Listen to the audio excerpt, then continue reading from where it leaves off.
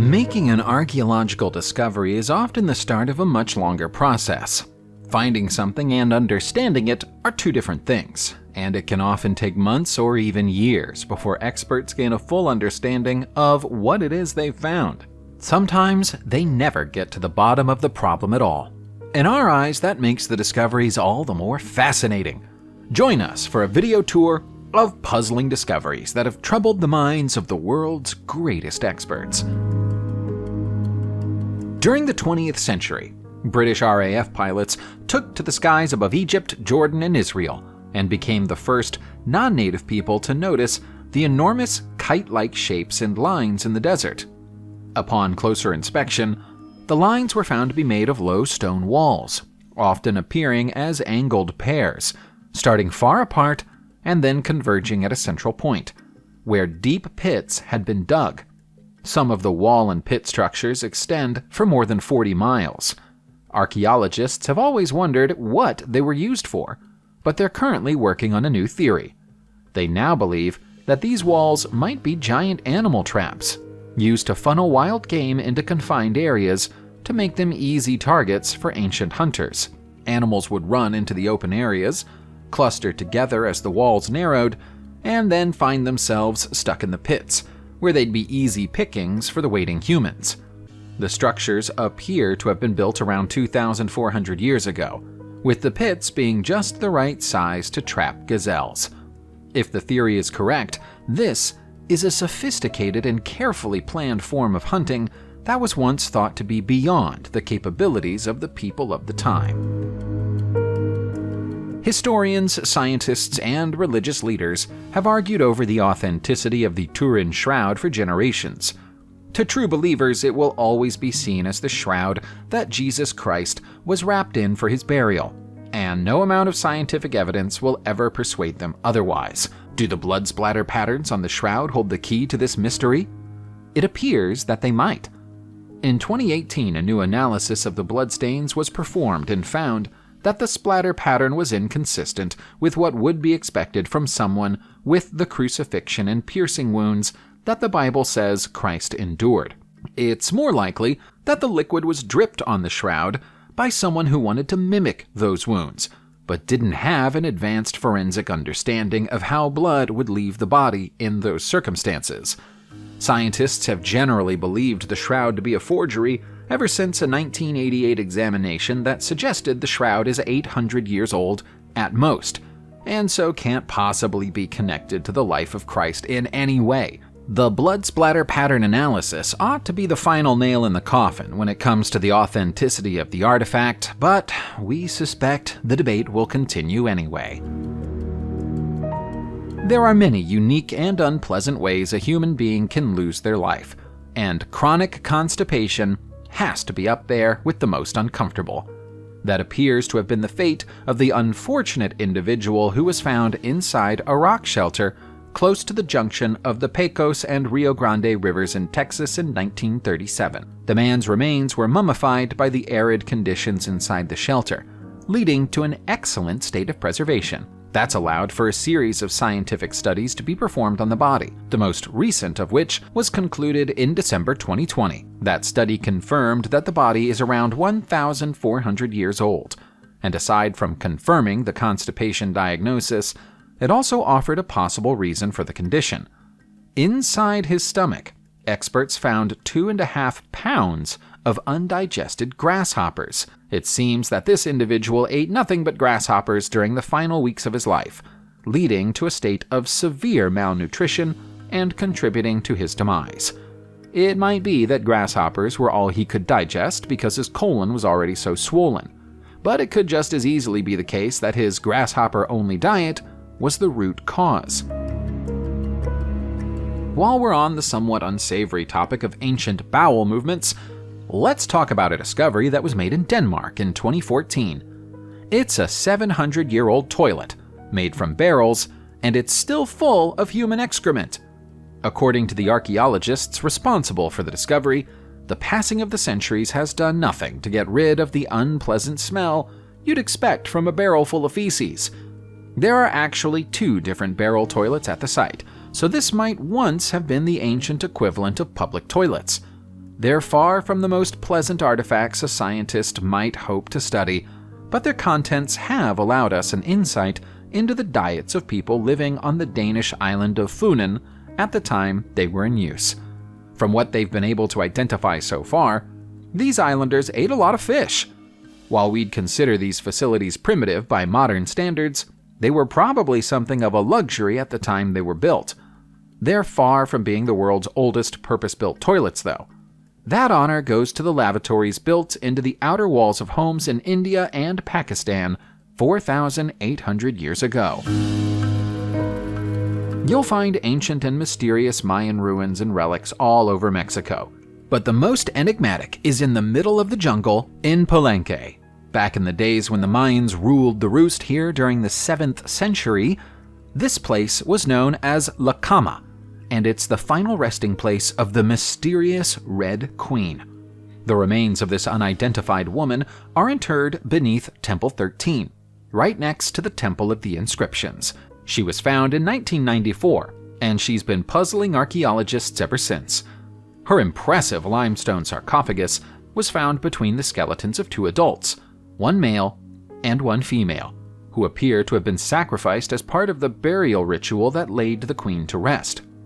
Beneath the lid of the sarcophagus, everything save for a green funerary mask is covered in a thick coating of cinnabar, giving the queen and all of her burial goods a vivid scarlet hue.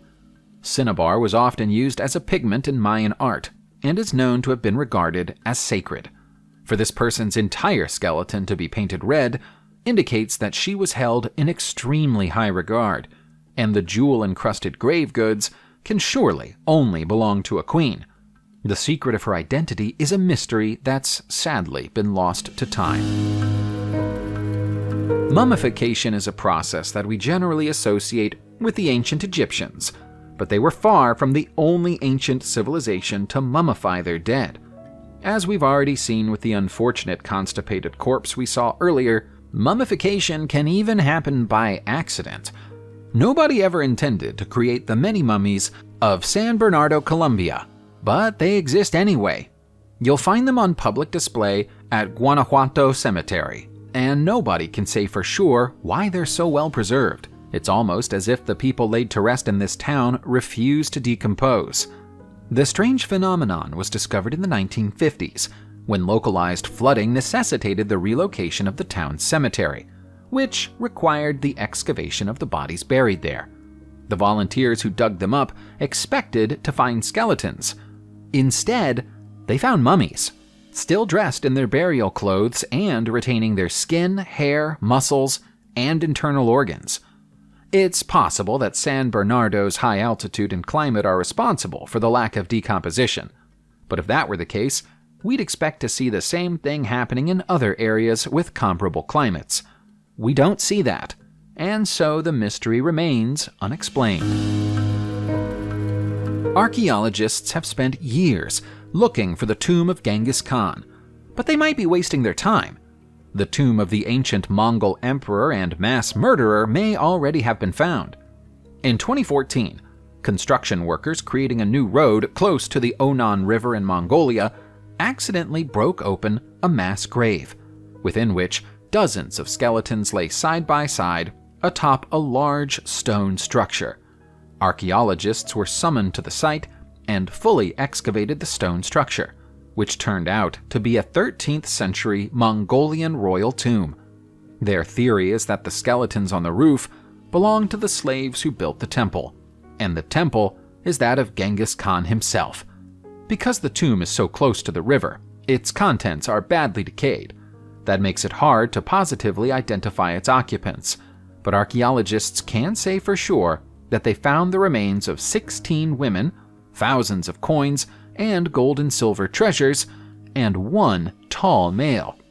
Further testing confirmed that the male was between 60 and 75 when he died, and that death occurred between the years 1215 and 1235. Historians are reluctant to certify it, but all the evidence suggests that this is the final resting place of this legendary figure, who's revered and reviled in equal measure. Almost every resident of Upton, Massachusetts, USA, has taken a walk in the local woodland to look at the Upton Chamber at some point in their life. None of them are 100% sure who built this artificial cave or why, and nor are any archaeologists. The entrance to the chamber is so well concealed that it's easy to miss it.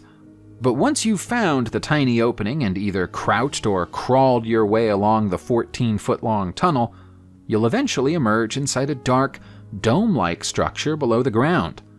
The land the chamber is built into once belonged to a leather tanner during the 18th century, so he might have used this place as a tannery.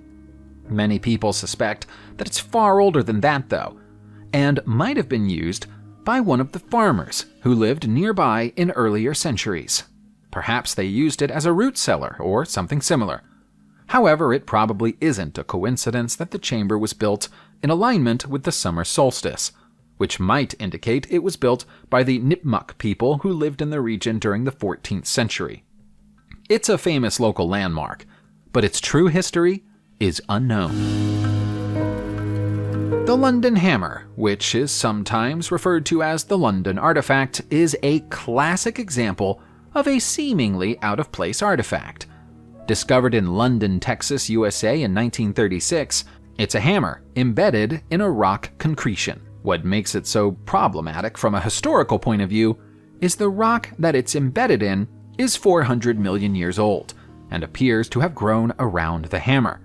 That's enough evidence for some people to say that the hammer must also be 400 million years old. From there, conspiracy theorists generally conclude that it's either evidence of time travel, proof of alien visitation of Earth, or a basis for the idea that human civilizations have existed and become extinct on our planet long before the current human era.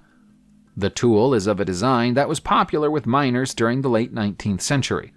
It's possible that soluble minerals in the limestone might have formed a rapid concretion around the hammer after it was dropped, thus giving the appearance of being part of the same rock. But until that can be proven, the artifact's existence will remain problematic for scientists. One of the greatest frustrations that archaeologists and historians face is that many of our ancient ancestors didn't have a written language, and so they couldn't leave behind any written records that would help us to understand their culture. Even in some cases where written languages existed, translating those languages has proved to be difficult. With the supposed written language of Rongo on Easter Island, experts can't even agree whether it's supposed to be a written language at all.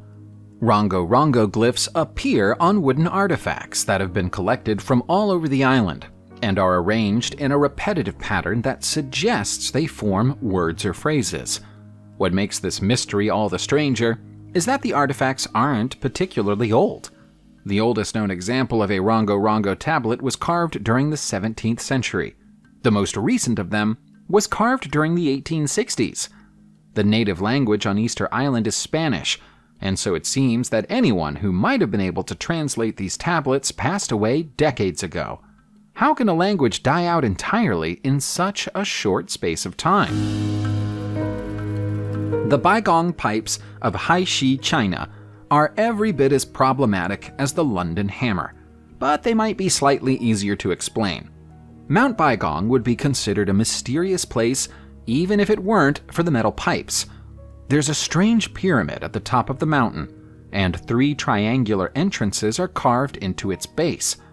Experts can't agree on who created these structures or when they did. The metal pipes are an average of 16 inches in diameter and lead from a saltwater lake to a point deep inside the mountain. They're largely symmetrical and have the appearance of objects that have been placed deliberately and carefully. Only a civilization with advanced metallurgy skills would be capable of producing these pipes artificially, which is a big issue given the fact that they're millions of years old. To add to the mystery, only 92% of the composition of the pipes can be identified. The remaining 8% is an unknown material. There might be an adequate scientific explanation for what's happened here, though.